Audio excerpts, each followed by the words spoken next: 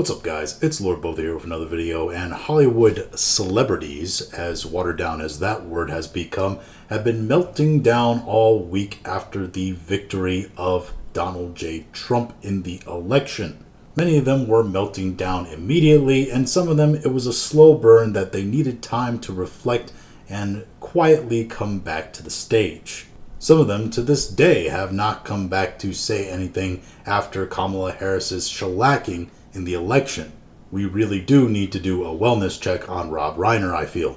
However, one noted actress has come out with a pretty lengthy statement about her feelings on the election. Yes, one Rachel Zegler has put out a pretty lengthy statement, as I said.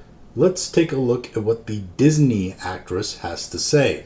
This is via My Nerdy Home on Twitter. That's Steph over at Geeks and Gamers. Really good follow. You should check her out. But it's screenshots of what I believe is Rachel Zegler's Instagram, in which she posted, "I find myself speechless in the midst of this. Another 4 years of hatred, leaning us towards a world I do not want to live in, leaning us towards a world that will be hard to raise my daughter in." I didn't even know she had a daughter, unless she's talking about her future children, which I'm surprised that Rachel Zegler is even considering having future children, if that's the case. If she does actually have a daughter and she's raising her, I'm very happy for her. Leaning us towards a world that will force her to have a baby she doesn't want. Yes, it would be a much better world if she could just get rid of it, no matter the circumstances. Because leaving the circumstances pretty open-ended there, that doesn't sound very good. Leaning us towards a world that is fearful. It's been pretty fearful under Joe Biden's watch as well. We're kinda on the brink of World War III right now, if you haven't noticed. Russia invaded Ukraine under Biden's presidency. Don't forget that. I shouldn't be shocked by this, but I am. I am heartbroken for my friends who awoke fear in this morning. You can tell she's actually angry because a lot of grammatical errors here. And I am here with you to cry, to yell, to hug, to wax poetic on how the left continues to fail us in forging a new path forward. I will agree with her on that. The left seem to be hell-bent on doing the same thing over and over again and getting the same result. Also, Biden had 20 million more voters in the previous election than Kamala had this year. So the question is, hey, where all those 20 million votes go? This loss should not have been, and it certainly should not have been so many votes. Well, at least she's recognizing that her side got pretty beaten bad. I echo Ethel Kane's statement more than anything. May Trump supporters and Trump voters and Trump himself never know peace. There is also a deep, deep sickness in this country that is shown in the sheer amount of people who showed up for this man who threatens our democracy. She's really mad that they lost by big numbers. It is terrifying the number of people who stand behind what this man preaches. It is a foolish subscription to a false sense of security, of masculinity, of intelligence, of patriotism, and of humanity. Or maybe what you believe in is that. Because you're obviously now in the minority. And when it comes to beliefs that are voted on, right? If people show belief in the beliefs of the majority, well, those become the primary beliefs, right? So maybe it's you're wrong if we're going by the fact that wrong and right is based upon who's on the minority of majority of beliefs. There is no help, no console in any of them. I could go on, I won't. I feel sad, you probably do too. Fuck this. I like that she says, I could go on, but I won't. And then she continues to go on. Because there's more. Get off of Elon's app, by the way.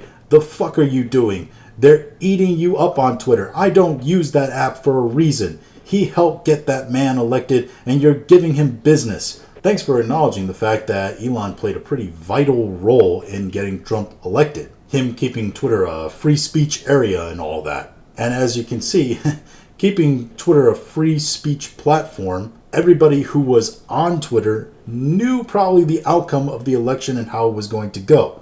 Everybody who wasn't on Twitter seems to be shocked by the actual premise of Donald Trump winning by how much he did. It's almost like when you're on a site or an app that is purveyor of truth and honesty, you get the accurate information. When you're not, you're off by millions of votes in the popular vote for the election.